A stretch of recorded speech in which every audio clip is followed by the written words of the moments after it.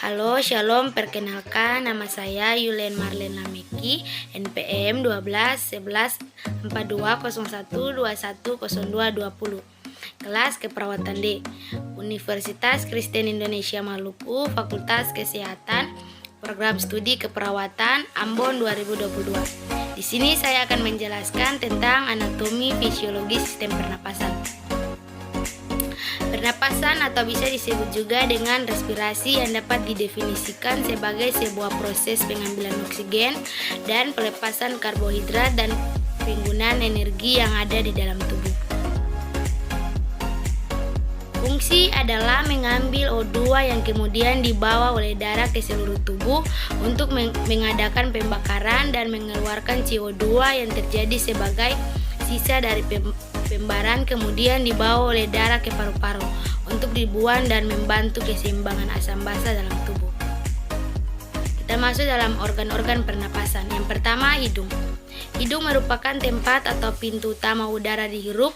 Melalui hidung manusia menghirup oksigen untuk disalurkan ke dalam paru-paru. Yang kedua, faring. Faring sering juga disebut sebagai tenggorokan bagian atas manusia. Faring ini bentuknya seperti tabung dan letaknya di belakang rongga hidung. Fungsi dari faring ini adalah sebagai penyalur.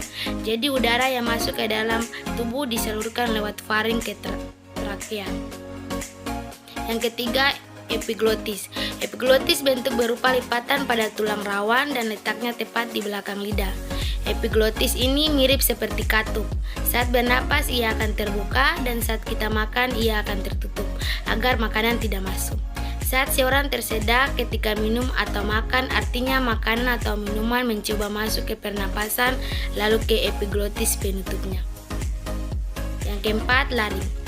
Laring sering juga disebut sebagai kotak suara dan letaknya berada di persimpangan faring. Laring memiliki dua pita suara yang berfungsi memproduksi suara. Ketika kita berbicara, maka ada udara yang keluar dari mulut. Udara ini lewat melalui pita suara yang berimpit akibat timbulnya getaran. Yang kelima, trakea. Trakea sendiri sering juga disebut sebagai batang tenggorokan. Trakea disebut tugasnya adalah mengalirkan udara ke paru-paru. Bentuk trakea sendiri seperti tabung berongga lebar yang berhubungan langsung pada bronkus paru-paru tersebut. Trakea merupakan salah satu organ pernapasan manusia yang sangat penting. Yang keenam, tabung bronkial. Sesuai dengan namanya, tabung bronkial bentuknya menyerupai tabung. Pada tabung bronkial terdapat silia atau rambut kecil dan bergerak secara gelombang. Gerakan tersebut membuat dahak dan lendir keluar ke tenggorokan. Dahak atau lendir yang terdapat pada tabung bronkial tersebut bertugas mencegah debu masuk ke paru-paru. Yang ketujuh, bronkiolus. Bronkiolus adalah gabung bronkus yang bertugas menyalurkan udara ke alveolus. Selain itu, tugas lain dari bronkiolus adalah mengendalikan jumlah udara yang masuk ke paru-paru ketika kita bernafas. Yang kedelapan, paru-paru. Paru-paru sendiri letaknya berada di dalam tulang rusuk dan jumlahnya sepasang. Paru-paru merupakan tempat menampung udara sehingga oksigen tersebut bisa disalurkan ke tubuh. Oksigen yang terdapat pada udara tersebut akan dialirkan ke pembuluh darah. Pekerjaan ini dibantu juga oleh pompaan dari jantung. Dengan demikian, tubuh manusia bisa dapat bekerja. Yang kesembilan, alveolus. Pada paru-paru terdapat kantung-kantung kecil yang disebut sebagai alveolus. Alveolus ini merupakan tempat bertukarnya oksigen dan karbon dioksida.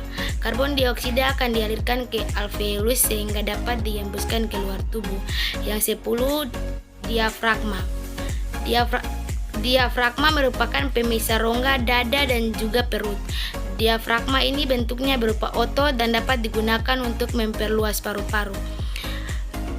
Para penyanyi atau perenang biasanya memanfaatkan diafragma untuk membuat daya tampung paru-paru menjadi lebih luas. Mekanisme pernapasan. Sistem respirasi bekerja melalui 3 tahap, yaitu ventilasi, difusi, transportasi. Pernapasan yang dilakukan menyediakan suplai udara segar secara terus-menerus ke dalam membran alveolus Keadaan ini terjadi melalui dua fase, yaitu fase inspirasi, fase ekspirasi. Otot-otot yang membantu dalam respirasi yaitu inspirasi utama diafragma dan intercostalis eksternal, tambahan sternolactomastoidus, dan kedua ekspirasi yaitu internal dan otot abdominalisasi. Sekian dan terima kasih.